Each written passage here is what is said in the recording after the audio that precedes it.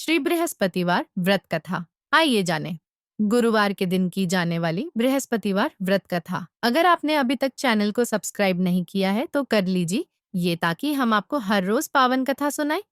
चलिए शुरू करते हैं बहुत ही पावन कथा। श्री बृहस्पतिवार व्रत कथा। भारतवर्ष में एक प्रतापी और दानी राजा राज्य करता था। वह नित्य गरीबों और ब्राह्मणों की सहायता करता था। यह बात उसकी रानी को अच्छी नहीं लगती थी।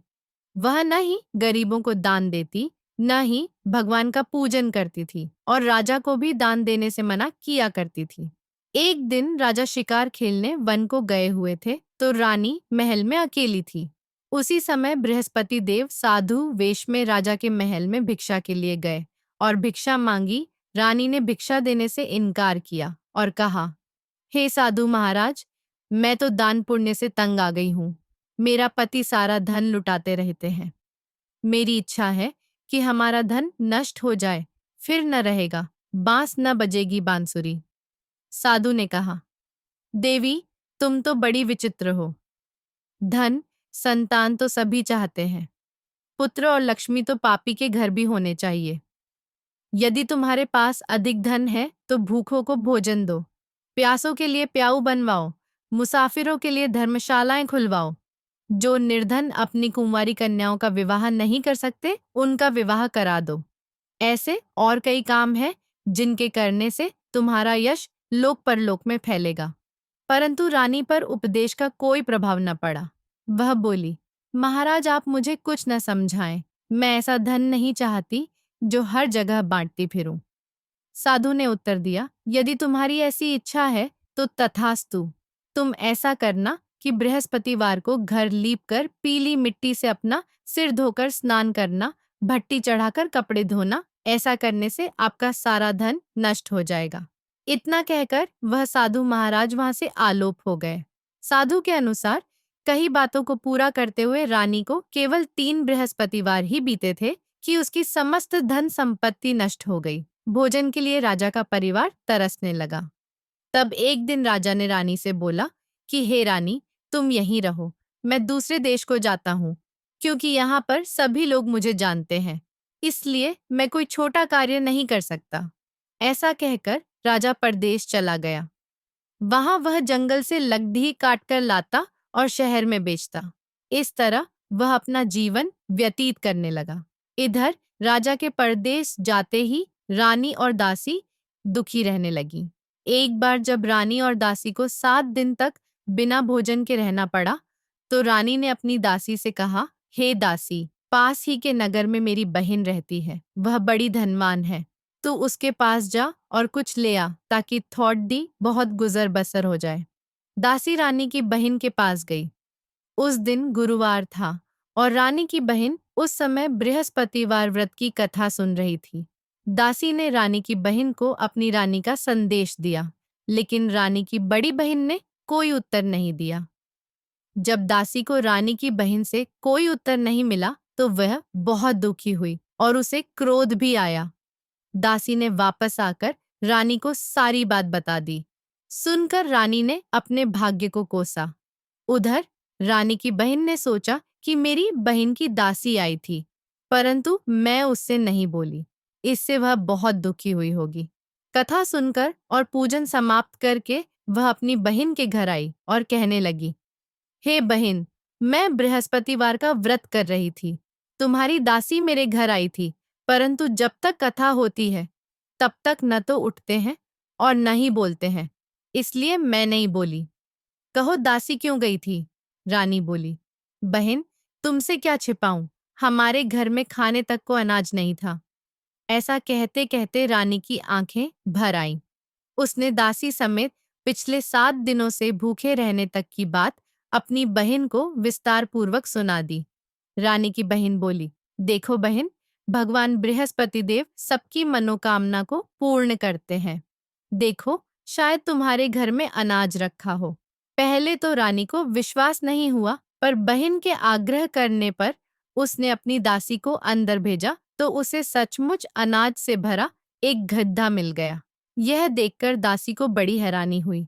दासी रानी से कहने लगी, हे रानी, जब हमको भोजन नहीं मिलता तो हम व्रत ही तो करते हैं, इसलिए क्यों ना इनसे व्रत और कथा की विधि पूछ ली जाए ताकि हम भी व्रत कर सकें। तब रानी ने अपनी बहन से बृहस्पतिवार व्रत के बारे में पूछा। उसकी बहन ने बताया, बृहस्पतिवार के व्रत में चने की दाल और मुनक्का से विष्णु भगवान का केले की जड़ में पूजन करें तथा दीपक जलाएं, व्रत कथा सुने और पीला भोजन ही करें। इससे बृहस्पति देव प्रसन्न होते हैं। व्रत और पूजन विधि बताकर रानी की बहन अपने घर को लौट गई। 7 दिन के बाद जब गुरुवार आया तो रानी और दासी ने व्रत रखा। गुड़साल में जाकर चना और गुड़ लेकर आईं। फिर उससे केले की जड़ तथा विष्णु भगवान का पूजन किया। अब पीला भोजन कहाँ से आए, इस बात को लेकर दोनों बहुत दुखी थे। चूंकि उन्होंने व्रत रखा था, इसलिए बृहस्पति देव उनसे प्रसन्न थे। इसलिए वे एक साधारण व्यक्ति का रूप धारण कर 2 थालों में सुंदर पीला भोजन दासी को दे गए। भोजन पाकर दासी प्रसन्न हुई और फिर रानी के साथ मिलकर भोजन ग्रहण किया। उसके बाद वे सभी गुरुवार को व्रत और पूजन करने लगी। बृहस्पति भगवान की कृपा से उनके पास फिर से धन संपत्ति आ गई, परंतु रानी फिर से पहले की तरह आलस्य करने लगी। तब दासी बोली, देखो रानी, तुम पहले भी इस प्रकार आलस्य करती थी। तुम्हें धन रखने में कष्ट होता था, इस कारण सभी धन नष्ट हो गया, और अब जब भगवान बृहस्पति की कृपा से धन मिला है तो तुम्हें फिर से आलस्य होता है। रानी को समझाते हुए दासी कहती है कि बड़ी मुसीबतों के बाद हमने यह धन पाया है, इसलिए हमें दान पुण्य करना चाहिए, भूखे मनुष्यों को भोजन कराना चाहिए और धन को शुभ कार्यों में खर्च करना चाहिए, जिससे तुम्हारे कुल का यश बढ़ेगा, स्वर्ग की प्राप्ति होगी और पितृ प्रसन्न होंगे। दासी की बात मानकर रानी अपना धन शुभ कार्यों में खर्च करने लगी, जिससे पूरे नगर में उसका यश फैलने लगा। बृहस्पतिवार व्रत कथा के बाद श्रद्धा के साथ आरती की जानी चाहिए। इसके बाद प्रसाद बांटकर उसे ग्रहण करना चाहिए। एक दिन राजा दुखी होकर जंगल में एक पेड़ के नीचे आसन जमाकर बैठ गया। वह अपनी दशा को याद करके व्याकुल होने लगा। बृहस्पतिवार का दिन था। एकाएक उसने देखा कि निर्जन वन में एक साधु प्रकट हुए। वह साधु वेश में स्वयं बृहस्पति देवता थे। लकड़हारे के सामने आकर बोले, हे लकड़हारे, इस सुनसान जंगल में तू चिंता मग्न क्यों बैठा है? लकड़हारे ने दोनों हाथ जोड़कर प्रणाम किया और उत्तर दिया, महात्मा जी, आप सब कुछ जानते हैं, मैं क्या कहूँ। यह कहकर रोने लगा और साधु को अपनी आत्मकथा सुनाई। महात्मा जी ने कहा, तुम्हारी स्त्री ने बृहस्पति के दिन बृहस्पति भगवान का निरादर किया है, जिसके कारण रुष्ट होकर उन्होंने तुम्हारी यह दशा कर दी।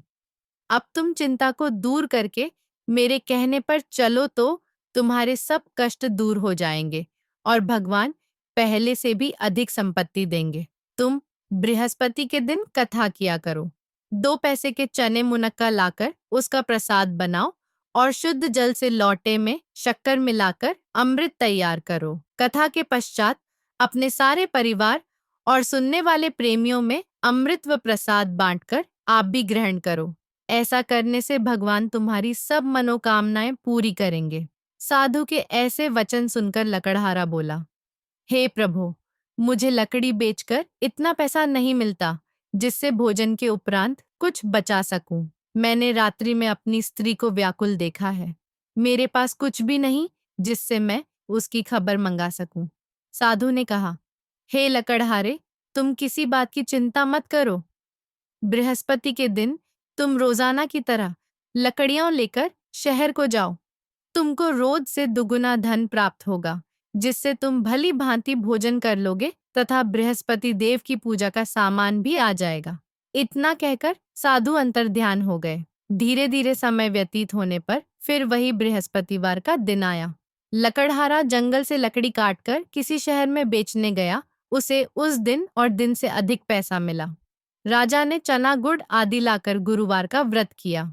उस दिन से उसके सभी क्लेश दूर हुए, परंतु जब दोबारा गुरुवार का दिन आया तो बृहस्पतिवार का व्रत करना भूल गया। इस कारण बृहस्पति भगवान नाराज हो गए। उस दिन उस नगर के राजा ने विशाल यज्ञ का आयोजन किया तथा शहर में यह घोषणा करा दी कि कोई भी मनुष्य अपने घर में भोजन न बनावे न आग जलावे, समस्त जनता मेरे यहाँ भोजन करने आवे। इस आज्ञा को जो न मानेगा उसे फांसी की सजा दी जाएगी। इस तरह की घोषणा संपूर्ण नगर में करवा दी गई। राजा की आज्ञा अनुसार शहर के सभी लोग भोजन करने गए, लेकिन लकड़हारा कुछ देर से पहुंचा, इसलिए राजा उसको अपने साथ घर लिवा ले गए और ले जाकर भोजन करा रहे थे तो रानी की दृष्टि उस खूंटी पर पड़ी जिस पर उसका हार लटका हुआ था। वह वहां पर दिखाई नहीं दिया। रानी ने निश्चय किया कि मेरा हार इस मनुष्य ने चुरा लिया है। उसी समय सिपाहियों को बुलाकर उसको कारागार में डलवा दिया। जब लकड़हारा कारागार में पड़ गया और बहुत दुखी होकर विचार करने लगा कि न जाने कौन से पूर्व जन्म के कर्म से मुझे यह दुख प्राप्त हुआ है, और उसी साधु को याद करने लगा जो कि जंगल में मिला था। उसी समय तत्काल बृहस्पति देव साधु के रूप में प्रकट हुए और उसकी दशा को देखकर कहने लगे, अरे मूर्ख, तूने बृहस्पति देव की कथा नहीं करी, इस कारण तुझे दुहक प्राप्त हुआ है। अब चिंता मत कर, बृहस्पतिवार के दिन कारागार के दरवाजे पर 4 पैसे पड़े मिलेंगे, उनसे तू बृहस्पति देव की पूजा करना, तेरे सभी कष्ट दूर हो जाएंगे। बृहस्पति के दिन उसे 4 पैसे मिले। लकड़हारे ने कथा कही। उसी रात्रि को बृहस्पति देव ने उस नगर के राजा को स्वप्न में कहा, हे राजा, तुमने जिस आदमी को कारागार में बंद कर दिया है वह निर्दोष है, वह राजा है, उसे छोड़ देना। रानी का हार उसी खूंटी पर लटका है। अगर तू ऐसा नहीं करेगा तो मैं तेरे राज्य को नष्ट कर दूंगा। इस तरह रात्रि के स्वप्न को देखकर राजा प्रातः काल उठा और खूंटी पर हार देखकर लकड़हारे को बुलाकर क्षमा मांगी तथा लकड़हारे को योग्य सुंदर वस्त्र आभूषण देकर विदा कर दिया। बृहस्पति देव की आज्ञानुसार लकड़हारा अपने नगर को चल दिया। राजा जब अपने नगर के निकट पहुंचा तो उसे बड़ा आश्चर्य हुआ। नगर में पहले से अधिक बाग, तालाब, कुएं तथा बहुत सी धर्मशाला, मंदिर आदि बन गई है। राजा ने पूछा, यह किसका बाग और धर्मशाला है? तब नगर के सब लोग कहने लगे, यह सब रानी और बांदी के हैं। तो राजा को आश्चर्य हुआ और गुस्सा भी आया। जब रानी ने यह खबर सुनी कि राजा आ रहे हैं तो उन्होंने बांदी से कहा कि हे दासी, देख राजा हमको कितनी बुरी हालत में छोड़ गए थे। हमारी ऐसी हालत देखकर वह लौट न जाए, इसलिए तू दरवाजे पर खड़ी हो जा। आज्ञानुसार दासी दरवाजे पर खड़ी हो गई। राजा आए तो उन्हें अपने साथ लिवा लाई। तब राजा ने क्रोध करके अपनी रानी से पूछा कि यह धन तुम्हें कैसे प्राप्त हुआ है? तब उन्होंने कहा, हमें यह सब धन बृहस्पति देव के इस व्रत के प्रभाव से प्राप्त हुआ है।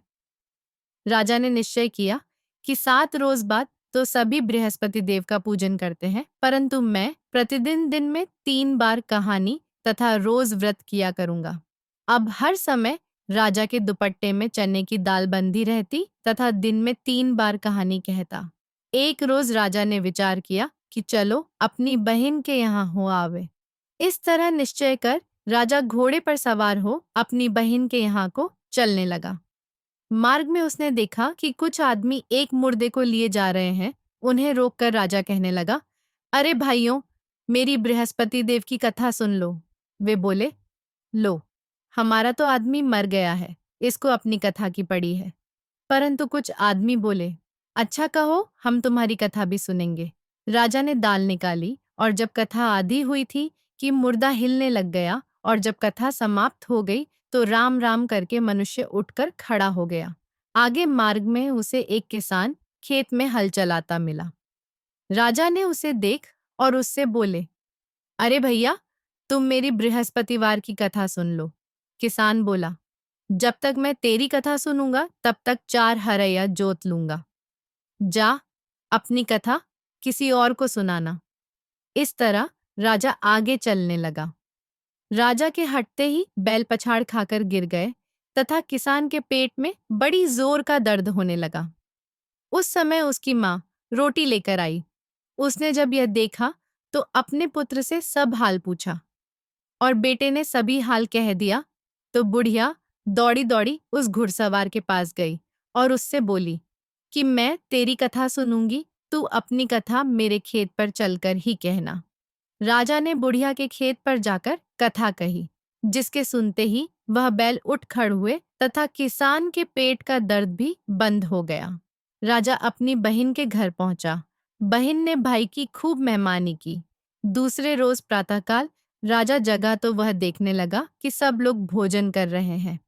राजा ने अपनी बहन से कहा, ऐसा कोई मनुष्य है जिसने भोजन नहीं किया हो, मेरी बृहस्पतिवार की कथा सुन ले। बहन बोली, हे भैया, यह देश ऐसा ही है कि पहले यहाँ लोग भोजन करते हैं, बाद में अन्य काम करते हैं। अगर कोई पड़ोस में हो तो देख आऊं। वह ऐसा कहकर देखने चली गई, परंतु उसे कोई ऐसा व्यक्ति नहीं मिला जिसने भोजन न किया हो। अतः वह एक कुम्हार के घर गई जिसका लड़का बीमार था। उसे मालूम हुआ कि उनके यहाँ 3 रोज से किसी ने भोजन नहीं किया है। रानी ने अपने भाई की कथा सुनने के लिए कुम्हार से कहा, वह तैयार हो गया। राजा ने जाकर बृहस्पतिवार की कथा कही, जिसको सुनकर उसका लड़का ठीक हो गया। अब तो राजा की प्रशंसा होने लगी। एक रोज राजा ने अपनी बहन से कहा कि हे बहन, हम अपने घर को जाएंगे, तुम भी तैयार हो जाओ। राजा की बहन ने अपनी सास से कहा। सास ने कहा, हाँ चली जा, परंतु अपने लड़कों को मत ले जाना, क्योंकि तेरे भाई के कोई औलाद नहीं है। बहन ने अपने भैया से कहा, हे भैया, मैं तो चलूंगी, पर कोई बालक नहीं जाएगा। राजा बोला, जब कोई बालक नहीं चलेगा तब तुम ही क्या करोगे। बड़े दुखी मन से राजा अपने नगर को लौट आया। राजा ने अपनी रानी से कहा, हम निर्वंशी हैं, हमारा मुंह देखने का धर्म नहीं है और कुछ भोजन आदि नहीं किया। रानी बोली, हे प्रभु, बृहस्पति देव ने हमें सब कुछ दिया है, वह हमें औलाद अवश्य देंगे।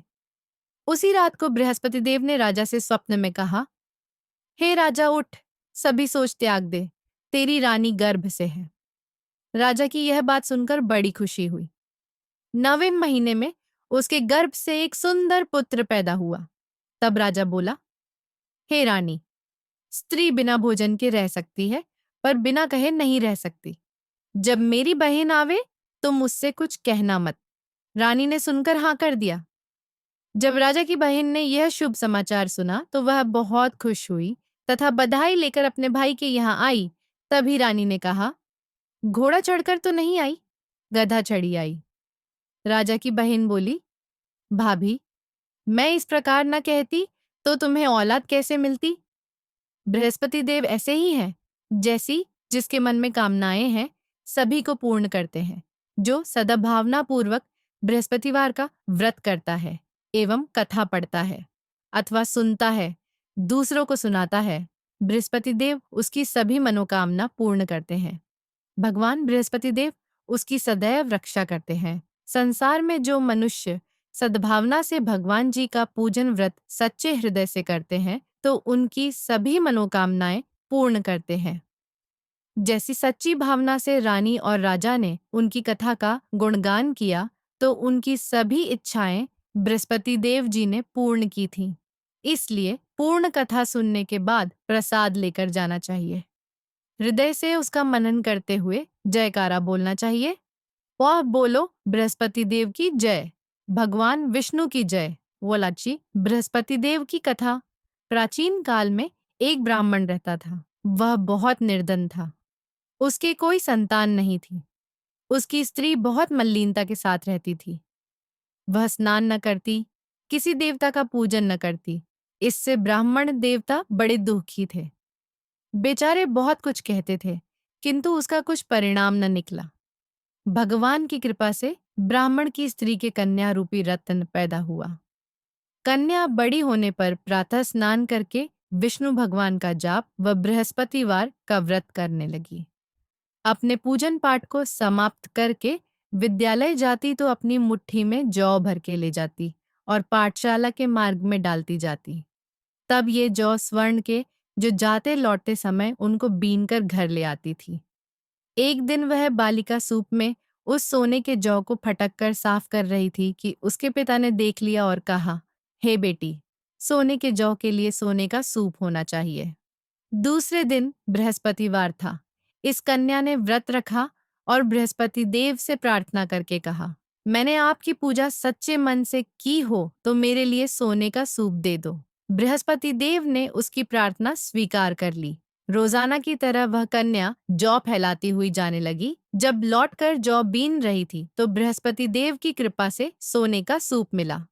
उसे वह घर ले आई और उसमें जौ साफ करने लगी, परंतु उसकी माँ का वही ढंग रहा।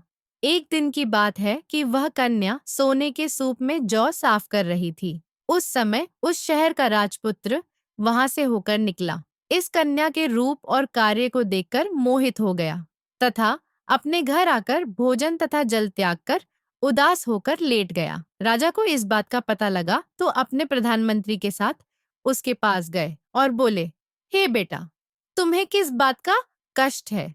किसी ने अपमान किया है अथवा और कारण हो सो कहो, मैं वही कार्य करूंगा जिससे तुम्हें प्रसन्नता हो। अपने पिता की राजकुमार ने बातें सुनी तो वह बोला, मुझे आपकी कृपा से किसी बात का दुख नहीं है, किसी ने मेरा अपमान नहीं किया है, परंतु मैं उस लड़की से विवाह करना चाहता हूँ जो सोने के सूप में जौ साफ कर रही थी।